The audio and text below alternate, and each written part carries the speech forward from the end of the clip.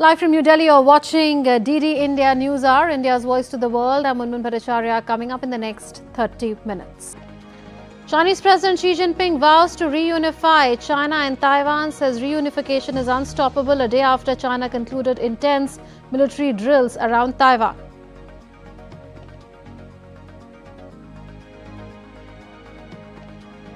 All Indian exports to get duty-free access to Australia starting today under the Economic Cooperation and Trade Agreement between the two countries. India rings in the new year with joy and enthusiasm. President Droupadi Murmu and Prime Minister Narendra Modi extend New Year greetings to the countrymen.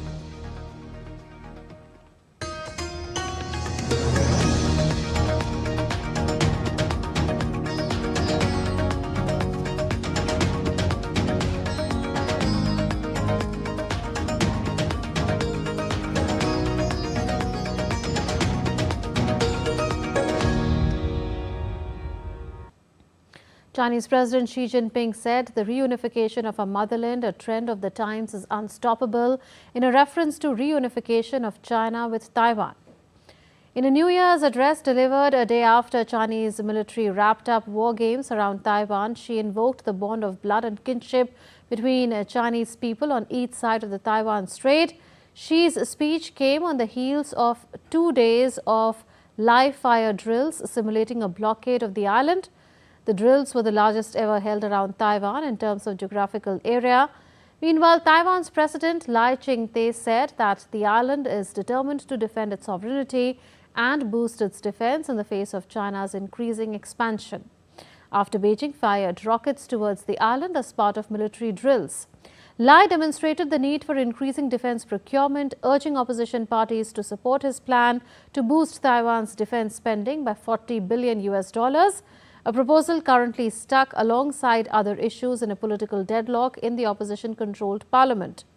Taiwan's president expressed his will to engage in exchanges and cooperation with China on an equal and dignified basis, promoting a peaceful and shared environment across the strait.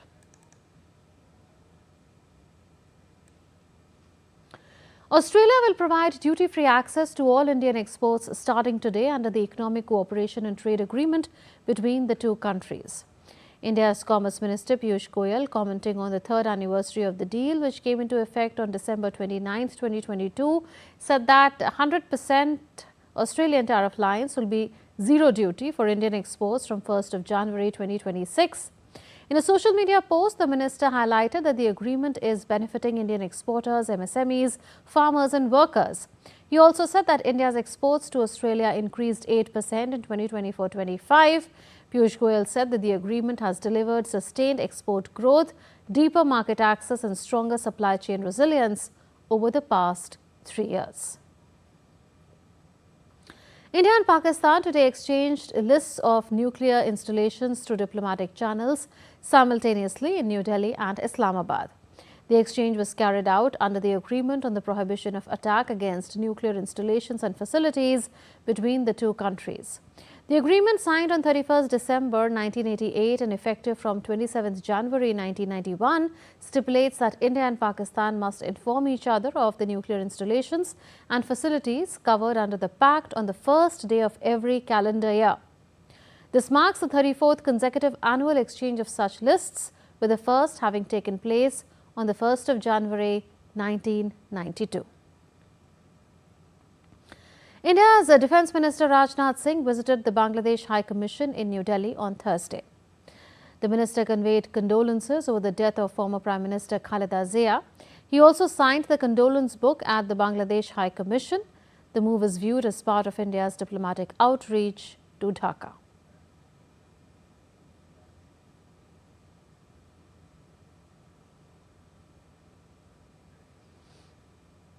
India assumes the chairpersonship of the Kimberley process from today.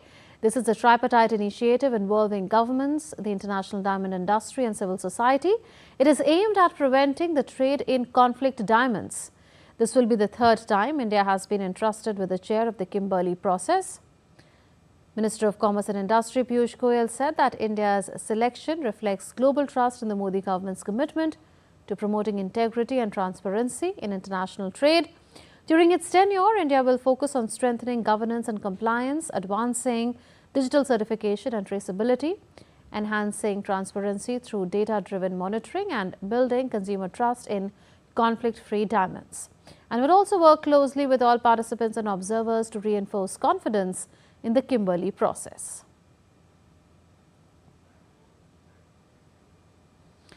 The U.S. military said that 8 people were killed in multiple new strikes on alleged drug boats, bringing the death toll in Washington's campaign against what it says are narcotics traffickers to at least 115. U.S. Southern Command, which is responsible for American forces operating in Central and South America, announced 2 sets of strikes which were carried out on Tuesday and Wednesday. The exact location of the strikes was not immediately made clear. Previous strikes have taken place in the Caribbean or the Eastern Pacific.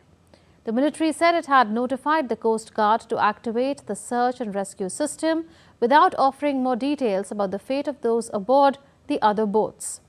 Hours later, it issued a second statement about strikes on 2 more vessels conducted on Wednesday, killing 5 people. Again, it was not clear where the strikes took place.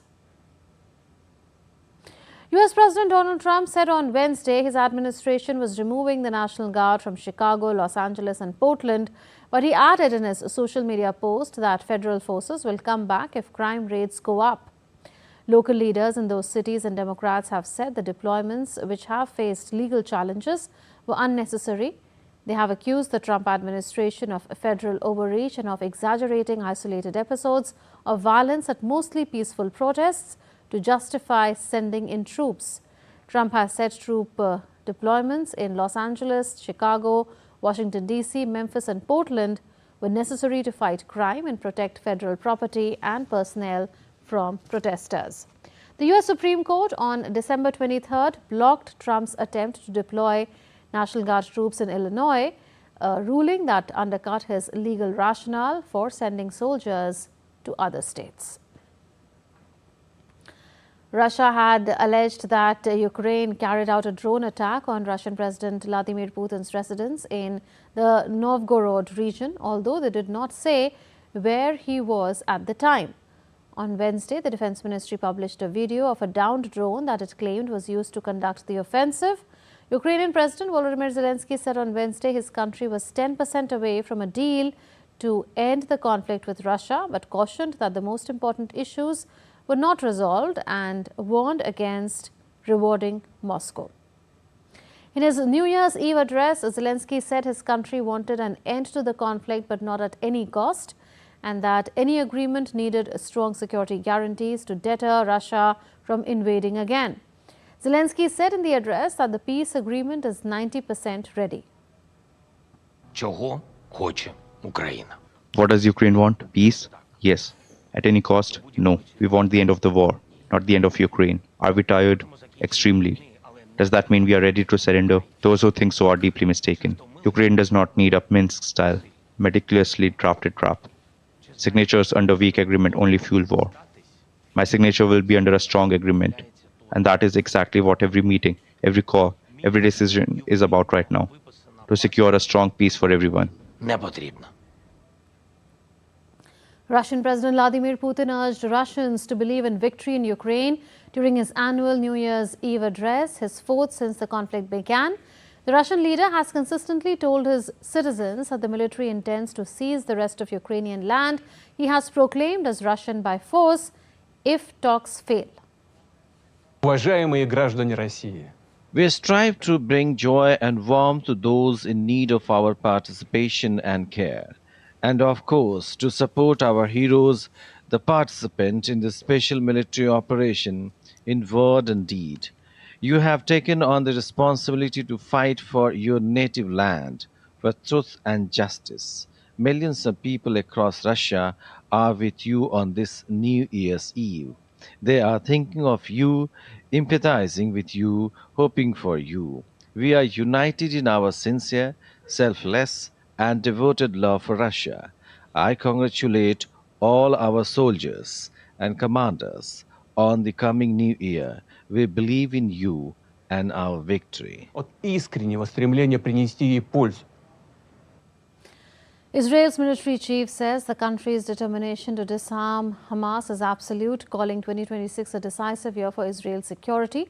Lieutenant General Eyal Zamir made the remarks during a visit to Israeli troops in Gaza. His comments follow talks between Prime Minister Benjamin Netanyahu and US President Donald Trump on the next phase of the fragile Gaza truce. US President Donald Trump warned Hamas of severe consequences if it does not disarm, while the group has repeatedly refused to surrender its weapons. Although the ceasefire has largely held since October, both sides accuse each other of violations. Meanwhile, Israeli military have begun demolishing 25 buildings in the Nur Shams refugee camp in the occupied West Bank. The Israeli military says the demolitions are part of operations targeting armed groups in the area. On 1st of January 2015, a significant shift in India's policy framework took shape with the formation of the Niti Aayog. Here's a report that traces through its history. Niti Aayog was constituted through a resolution of the Union Cabinet, replacing the Planning Commission and marking a decisive move towards cooperative and competitive federalism. Designed as a policy think tank of the Government of India, Niti Aayog aims to foster inclusive growth by involving states as equal partners in national development. It emphasizes bottom-up planning, evidence-based policy making, and outcome-oriented governance. Under the leadership of Prime Minister Narendra Modi, Niti Aayog has played a key role in shaping long-term development strategies, aligning governance with innovation, sustainability, and India's evolving socio-economic needs. From policy reforms to development, Niti Aayog continues to serve as a catalyst for transformative change in India's growth journey. With a vision of self-reliant and future-ready India, Niti Aayog remains central to the nation's policy architecture. Kriti Vadhera's report for DD India. Still to come on DD India News Hour. Zohran Mamdani sworn in as New York City's mayor. As DRDO marks 68 years of innovation in defense research and development, it targets next generation warfare.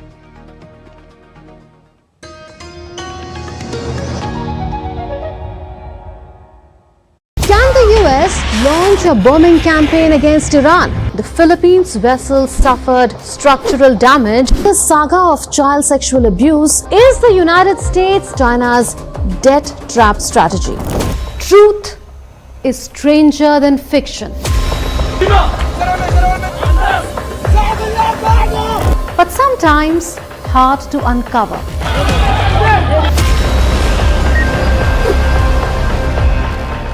Trust us to tell the truth, unadulterated and pure, of every story that matters to you. Exactly what save your country. You read between the lines, cut the clutter, and connect the dots to get you the full picture.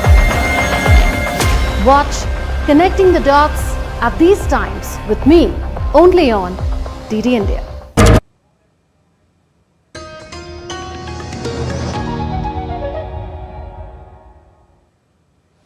You're watching DD India News Hour. I'm Murmu Bhattacharya. Let's resume. Zohran Mamdani has been sworn in as a New York City's mayor, ushering in the new year with new leadership. The private oath-taking ceremony was administered by New York Attorney General Letitia James. It was held at the historic Old City Hall subway station, closed to the public since 1945. Now it's time to take a look at New Year celebrations from around the world. President Droupadi Murmu conveyed her heartfelt greetings and best wishes to citizens across the country and abroad. In a message, President Murmu said, and I quote, "On the joyous occasion of the new year, I extend my heartiest greetings and best wishes to all Indians in the country and abroad. The new year symbolizes renewed energy and positive change. It is also an opportunity for self-reflection and fresh resolutions. On this occasion, let us further strengthen our commitment to the nation's development, social harmony, and environmental protection. May the year bring happiness and prosperity into our lives and infuse new energy to build a stronger and more prosperous India. Vice President C.P. Radhakrishnan extended his New Year greetings, in fact, to the nation. Sharing on X, he wrote, and I quote, "Warm greetings and best wishes to everyone in the new year 2026. May the year ahead bring peace, good health, happiness and prosperity to all and strengthen our collective resolve to build a stronger and developed India." Unquote. Prime Minister Narendra Modi extended his New Year greetings to the countrymen. Sharing on X, he wrote, and I quote, "Wishing everyone a wonderful 2026. May the year ahead bring good health and prosperity with success in your efforts and fulfillment in all that you do. Praying for peace and happiness in our society." Unquote. India rang in the new year with joy and enthusiasm as people across cities and towns came together to welcome fresh beginnings. From bustling metropolitan hubs to scenic hill stations, celebrations were marked by gatherings, events and public festivities.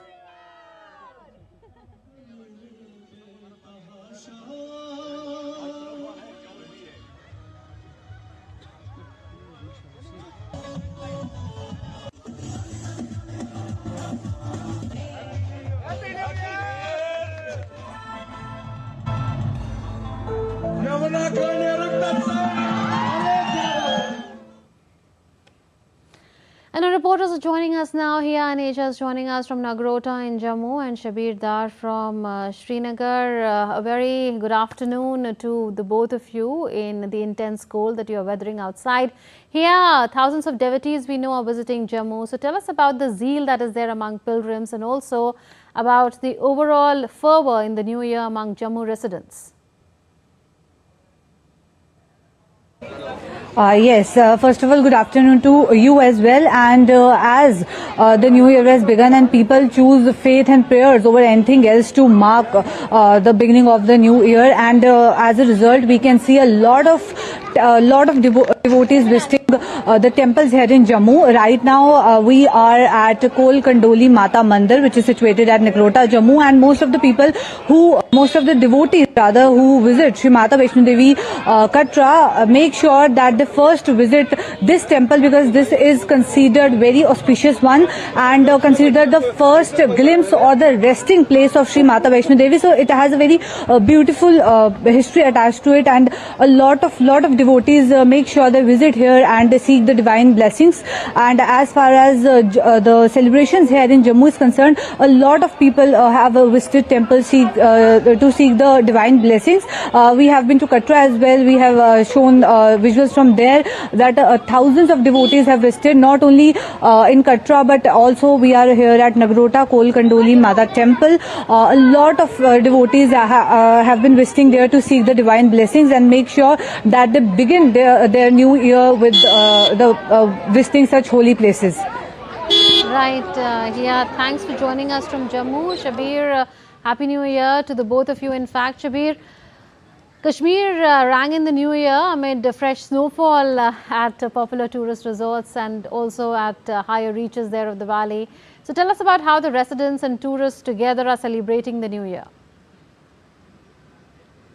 Yeah, Happy New Year from Kashmir. As we know that Kashmir is in intense, chill right now. I mean, Srinagar, the festivities are in the air, from the bustling Lal Chowk to the scenic spots like Gulmarg and Sonmarg. The tourists and locals in large numbers gathered in these places to celebrate the new year. And we have seen how magnifying and electrifying visuals from the Gulmarg, where thousands of tourists and locals have gathered there overnight to celebrate new year. Organized music festivals and other cultural events marked the celebrations both in Gulmarg and Pahalgam and Sonmarg.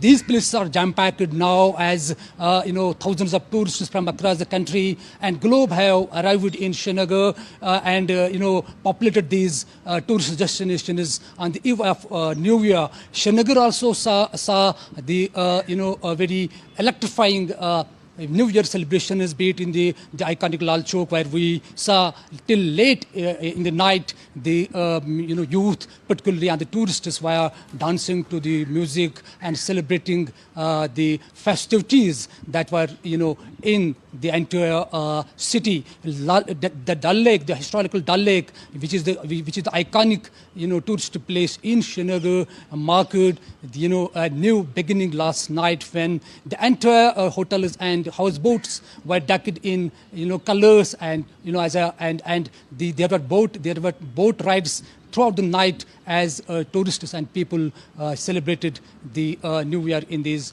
places. These celebrations and festivities are a good boon to the Kashmir's tourism, because we know how the Kashmir's tourism suffered in the previous year, particularly after the Pahalgam terrorist attack. So the snowfall in the last week in hilly regions like Gulmarg and Sonmarg played a very effective marketing strategy for the Kashmir tourism. As we have seen, the tourism sector is booming right now, as thousands of visitors are already in Srinagar, and hoteliers and other tourism stakeholders are happy because they are saying that they are able to make the losses they suffered during the previous year. So authorities are also making every effort to ensure that the New Year Eve should continue for the entire year. As we have seen, the festivals have been organized, be it the music festivals, the cultural festivals, and the cuisine is displayed in all these places. The Kashmiri's traditional iconic kahwa was served to the tourists in Gulmarg and Pahalgam. Similarly, other cuisines were on offer to the tourists in these places. So overall, these festivities are becoming a good omen for Kashmir's tourism, because this is setting the tone for the year as vis-a-vis tourism is related. So I've spoken to some tourists and also to the tourism officials who are very upbeat, who are saying that this marks a good beginning for Kashmir's tourism, as tourism being the mainstay of Kashmir's economy. So the arrivals here this time around is a welcome sign, because stakeholders are upbeat. They are hoping that it snows in plains also, because I'm in Srinagar, you can see there is no snow around, but it is biting chill here, and the Met Department has predicted that in 24 hours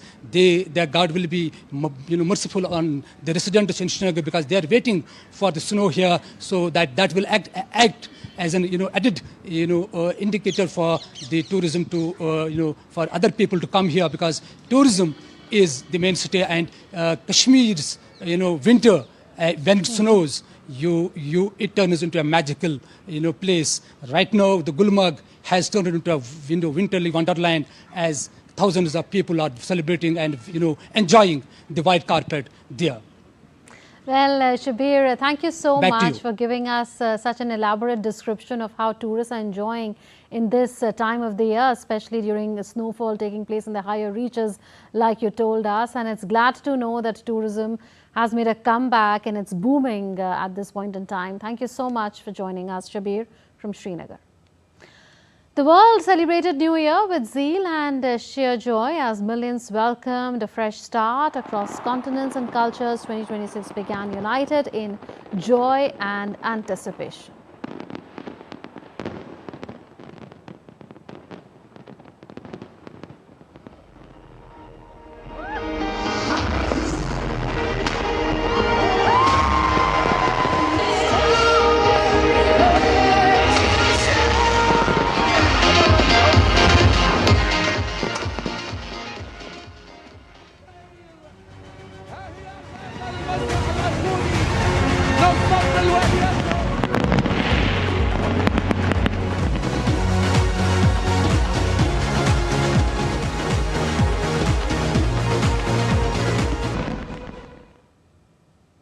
As the world bids farewell to 2025, attention now turns to 2026. According to the Chinese zodiac sign, the year 2026 will be the year of the horse, a sign associated with energy, ambition and independence. The year of the horse is expected to bring a spirit of vitality and progress, inspiring individuals and communities to embrace movement, determination and forward momentum in the months ahead.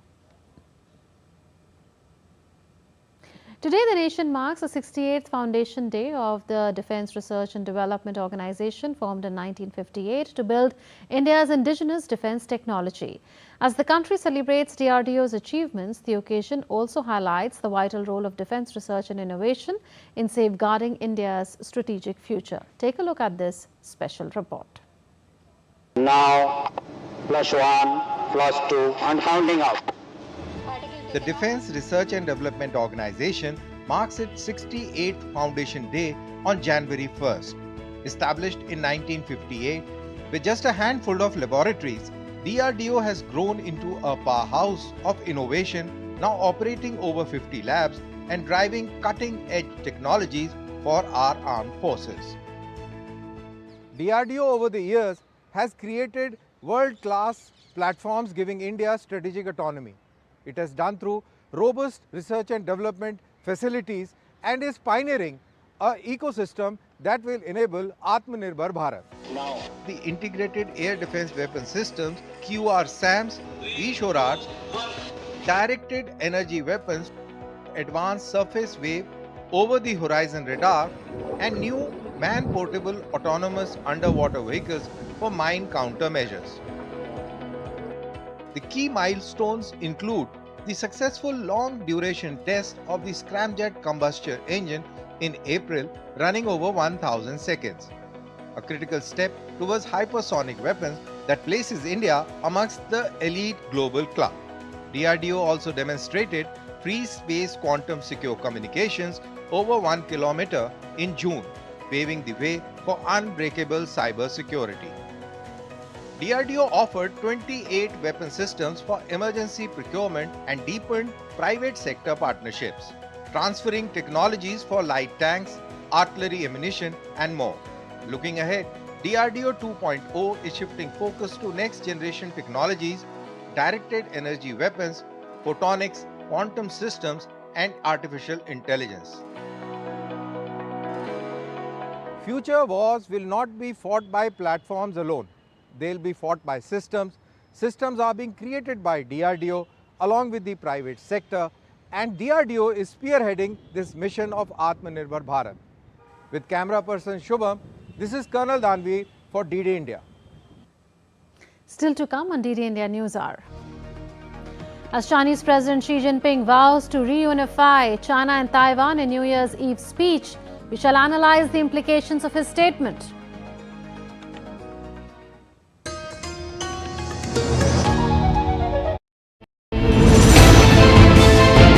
Geopolitics and trade deals. Economic challenges amid development. Hard work and the path to prosperity. It's the economy always.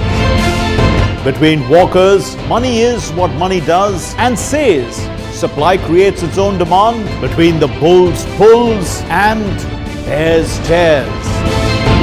When supply chains globalization and India rises to the podium. We'll get you centered with the economic brief at 8 p.m. every Thursday on DD India.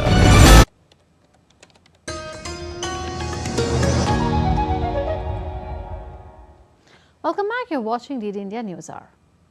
A recap of the headlines. At least 10 killed in a New Year's Eve fire at a ski resort bar in Switzerland.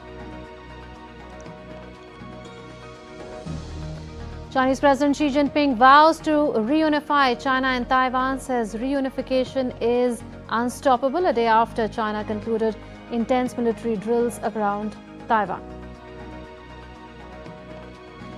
All Indian exports to get duty-free access to Australia starting today under the Economic Cooperation and Trade Agreement between the two countries. And India rings in the new year with joy and enthusiasm. President Droupadi Murmu and Prime Minister Narendra Modi extends New Year greetings to the countrymen. And joining us for Perspective is Ambassador Anil Wadhwa, former Indian ambassador, to discuss implications of Chinese President's statement on Taiwan. Such a pleasure to have you, Ambassador, on the show.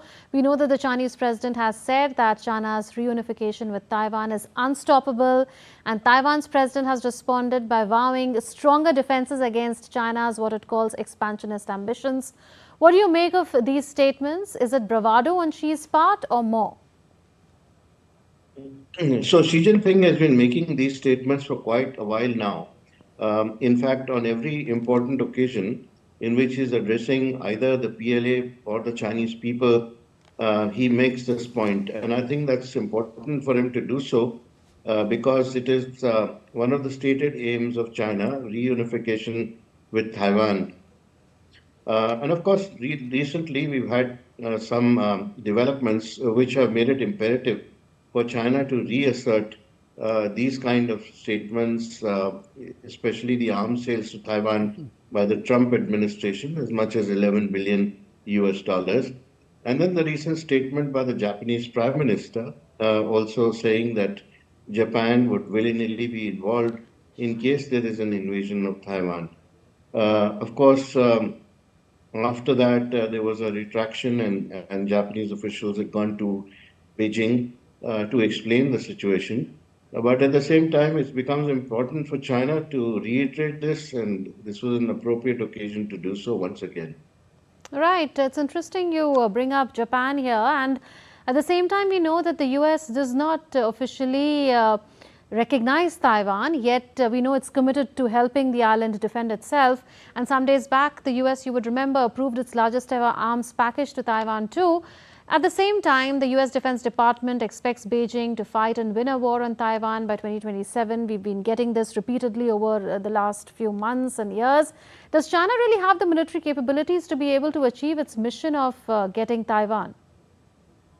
So as time goes by, I think the assessments all point to the fact that China is actually improving its capability of taking over Taiwan by force if necessary. In fact, a sort of deadline of 2027 has been talked about amongst the strategic community in the United States. And that's based on the fact that the Chinese PLA is expanding at a certain rate, which is quite alarming. And at the same time, every time military maneuvers and drills are held around Taiwan by China, these are increasingly more sophisticated. The latest drills which were held, of course, surrounded Taiwan on all sides, and it was supposed to be looking like a noose around Taiwan. The Taiwanese are quite used to this situation. They don't get rattled, and that's why they are relying on their own self-defense and the self-capabilities to do so.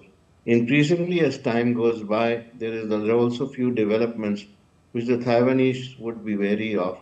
One, of course, is the forthcoming summit meeting between the leaderships of China and United States, which leaves Taiwan somewhat in a limbo, even though there is the Taiwan Relations Act, and even though there is support which has been expressed by countries like Japan for the sovereignty of Taiwan. But of course, the Chinese have an important plank on which they make their arguments, which is that Taiwan is a part of China, and no other country, therefore, should interfere in the reunification process between the two governments, which they feel is overdue. Right, Ambassador, could all this prompt Taiwan to accelerate asymmetric defense investments? Yes, of course, Taiwan has been doing that consistently. And in fact, the United States has been the main supplier of arms to Taiwan. Also, the United States under the Biden administration and also under Trump 1.0 administration had developed the hubs and spokes policy in the Indo-Pacific, in which it was relying on allies to counter any such kind of invasion of Taiwan. But given the current circumstances where President Trump has expressed his desire to meet with Xi Jinping in order to reach some sort of an accommodation, there are some doubts which have arisen as to what kind of stand the United States is going to take in such an eventuality. Yes, Ambassador, taking that point further, in these circumstances, then how do you think the Trump administration, particularly Donald Trump, is going to respond to Xi's unstoppable claim, given the recent arms sales that US has made to Taiwan, and also prior Trump-Xi talks in the upcoming summit that you referred to, considering that the United States under Trump 2.0 had earlier did make a reference to how Taiwan should be pulling in its own weight in terms of defense investments? Yes, so while there are statements which are made from time to time in the United States and by US administration officials in support of Taiwan, the reality on the ground is that the Chinese posture vis-a-vis Taiwan has been tightening. And that's because the current government in Taiwan is a government which the Chinese do not trust or like. Ideally, they would like to have a regime change in Taiwan so that there is a more favorable government which comes in so that the peaceful reunification aim can be pursued. However, that not being the case, then now the Chinese are continuously and consistently talking about, if necessary, reunification by force. And the argument they gave, of course, is that Taiwan is a part of China.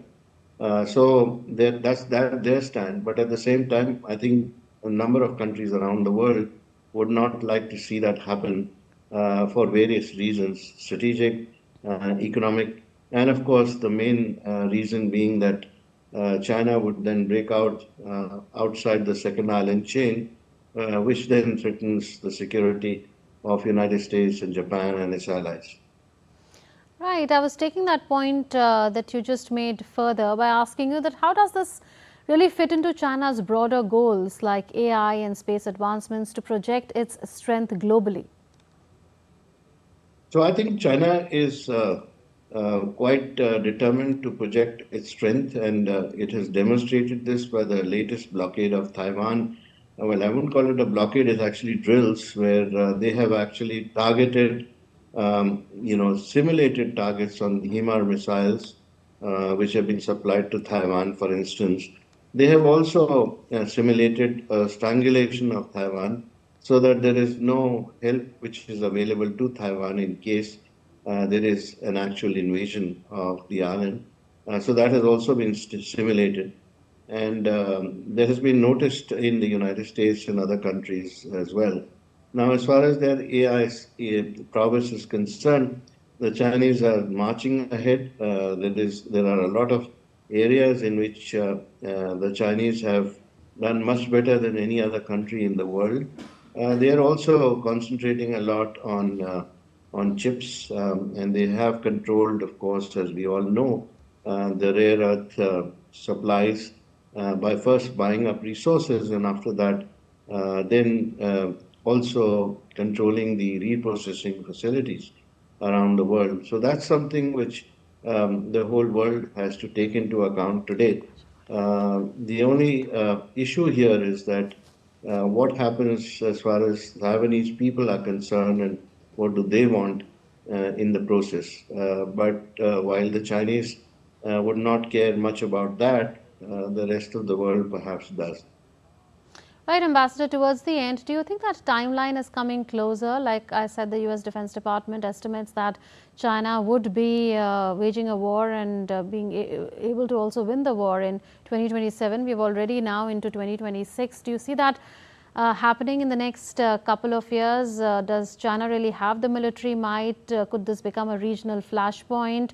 Or could Taiwan be left to defend itself or fend for itself, considering that many countries around the world say that Taiwan is part of mainland China? So China definitely has the military capability today, and as time goes by, it will have more of a military capability to reunify Taiwan by military force. There is no doubt about that. But at the same time, the Taiwanese are quite confident of inflicting a lot of harm on the Chinese should that attempt be made. And at the same time, the Chinese will be mindful of the resentment which will come about as far as the Taiwanese population is concerned. So their first preference, in my view, would be to have a peaceful reunification rather than a military reunification. And the deadline of 2027 is an artificial deadline which has been put forward by the American officials in order to justify the build-up that the United States also needs to counter China as far as the Navy is concerned, as far as military is concerned. So I don't think we should pay much attention to that. I think despite all the rhetoric and all the actions, the underlying desire of the Chinese would definitely be to have a peaceful reunification of Taiwan. Right, and we know that Taiwan is also the hub for semiconductors.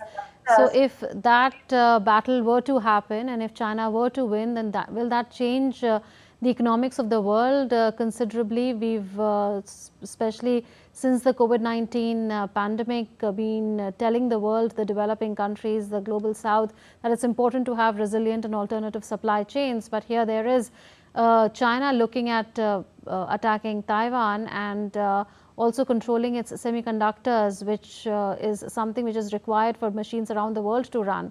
So can that significantly change the economics of the world?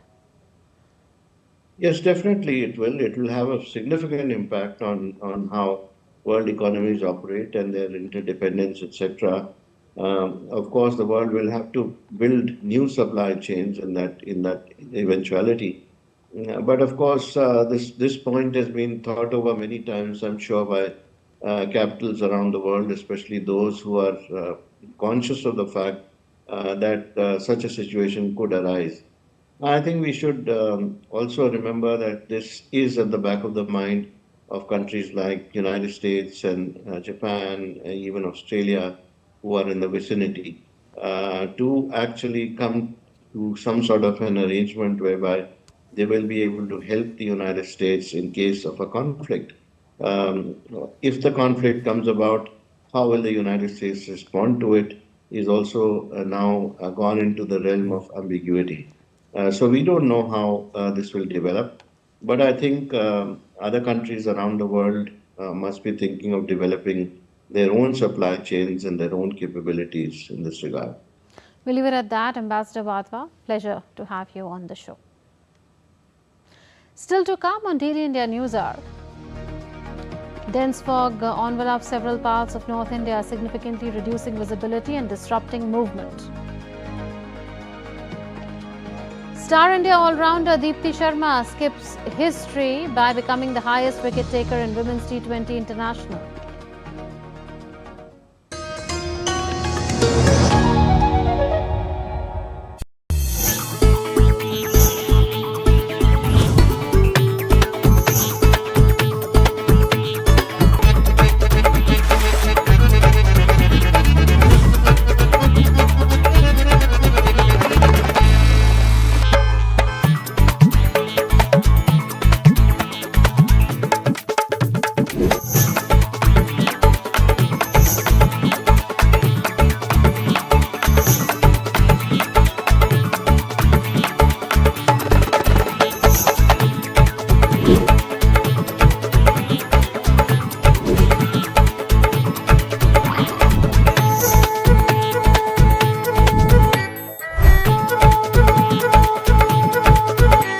Welcome to Jaipur.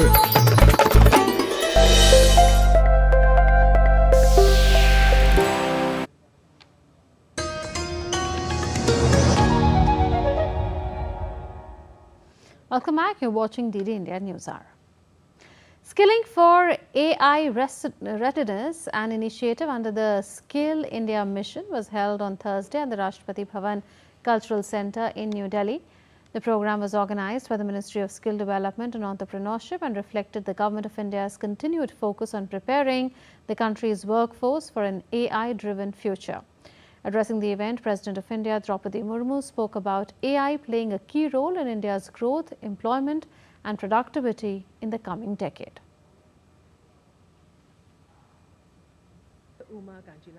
GDP रोजगार और overall productivity में AI का योगदान महत्वपूर्ण होगा। देश का AI talent pool विकसित करने में डेटा साइंस, एआई इंजीनियरिंग और डेटा एनालिटिक्स जैसे स्किल की प्रभावी भूमिका होगी। सरकार विभिन्न संस्थाओं, इंडस्ट्री पार्टनर्स तथा एकेडेमिया के साथ मिलकर ये सुनिश्चित कर रही है कि भारत केवल टेक्नोलॉजी को अपनाए ही नहीं, बल्कि उसके माध्यम से रेस्पॉन्सिबल फ्यूचर को भी आकार दे। On the occasion, Minister of Education, Government of India, Narendra Pradhan, said that artificial intelligence has become an inevitable part in today's world. He also said that the Ministry of Education and Ministry of Skill Development together are carrying out a comprehensive awareness campaign regarding how AI can be helpful.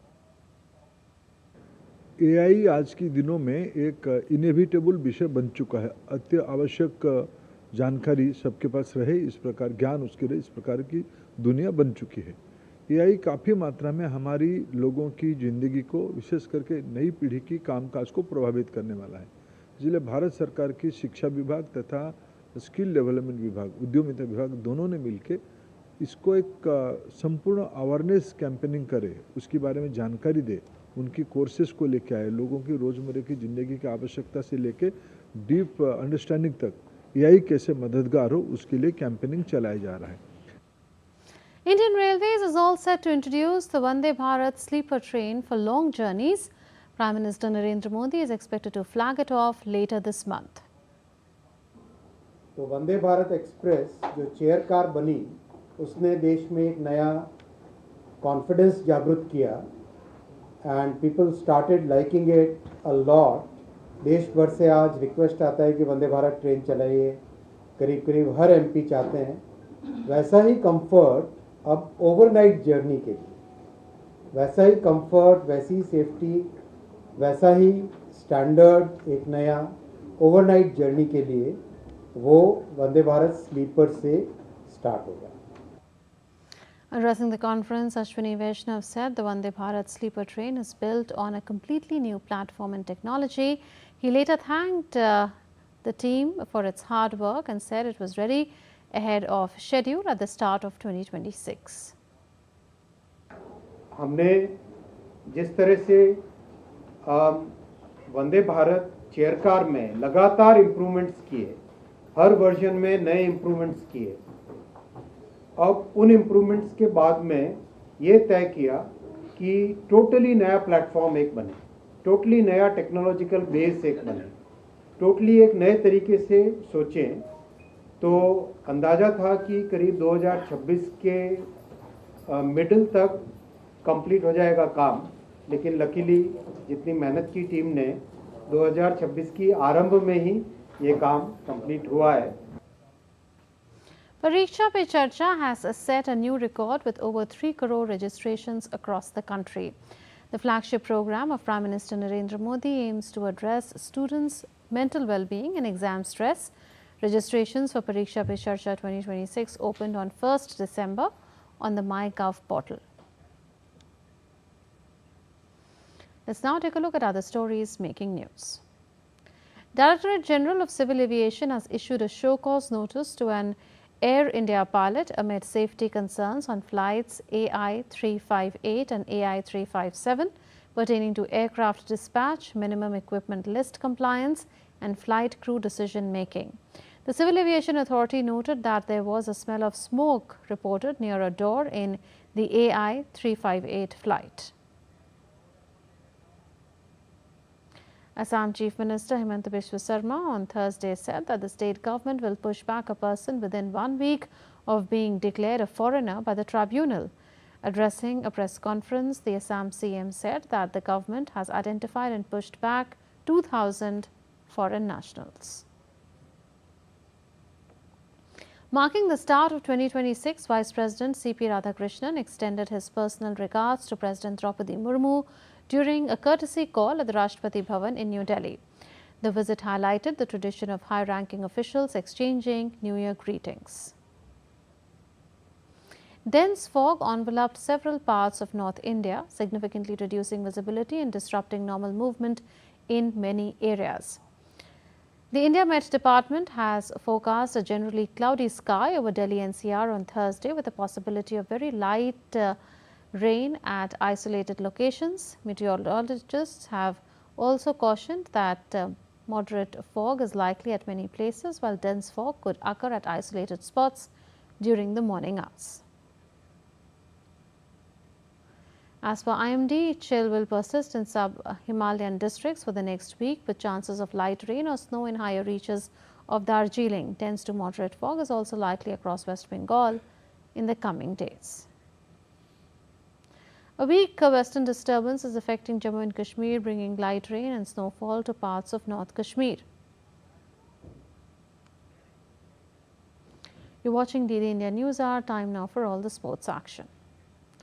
Star India all-rounder Deepti Sharma scripted history by becoming the highest wicket taker in Women's T20 International, overtaking Australia's Megan Scott when she clinched her 152nd scalp during the fifth and last game against Sri Lanka in Thiruvananthapuram on Tuesday. The player of the tournament in India's recent historic ODI World Cup triumph completed the feat by dismissing Nilakshika Silva in the 14th over of the Sri Lanka's chase of 176. The 28-year-old now has 152 wickets in 133 matches at an average of 19 and economy rate of 6.12. Earlier in the series that India won 5-0, Deepti became first cricketer across men's and women's internationals to score 1,000 runs and take 150 wickets in T20 internationals. Australia named fast bowlers Pat Cummins and Josh Hazlewood and big hitter Tim David in their provisional squad for the T20 World Cup in February, while expanding their spin options to suit conditions in Sri Lanka and India. Cummins, who has not played a T20 international since June 2024, was rested from the final 2 Ashes games to manage his back issues. The pacer will undergo final scans later in the month to determine his participation in the World Cup. Australia also handed surprise call-ups to left-armer spinners Matt Koneman and Cooper Connolly. They join experienced leg spinner Adam Zampa, with Glenn Maxwell and Matthew Short offering additional spin support. Australia will be led by Michelle Marsh as captain and will kick off their World Cup campaign against Ireland on 11th February. Defending champions Ivory Coast came from 2 goals down to beat winless in fact Gabon 3-2 in Group F at the Africa Cup of Nations. Teenager Bazumana Tours headed the winning goal, earning his team the top spot in their group. The Ivorians finished on 7 points from their 3 games ahead of Cameroon on goal difference. Gabon were eliminated after the second match. They are following successive defeats. For Ivory Coast, this win has set up a last 16 clash with Burkina Faso in Marrakesh next Tuesday. Rashid Khan will lead Afghanistan at the T20 World Cup next year as they named their 15-member squad for the tournament in India and Sri Lanka. The same side will also play West Indies in a 3-match T20 international series in the UAE in the lead-up.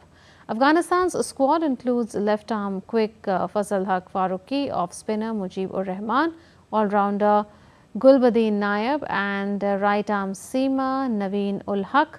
Both Farooqi and Naib were left out of the white ball tour of Bangladesh in October, but are back ahead of the T20 World Cup. That's it in this edition of DD India News Hour. Do share your thoughts with us on the news of the day. For those on the go, you can get all the latest news and updates from India and across the world on the DD India mobile app. The app is available on both Android and iOS platforms. You can scan the QR code on the screen to download now. We'll be back with more news as it breaks here on DD India. This is Murmu from all of us here in Delhi. Thanks for watching DD India News Hour. Namaskar.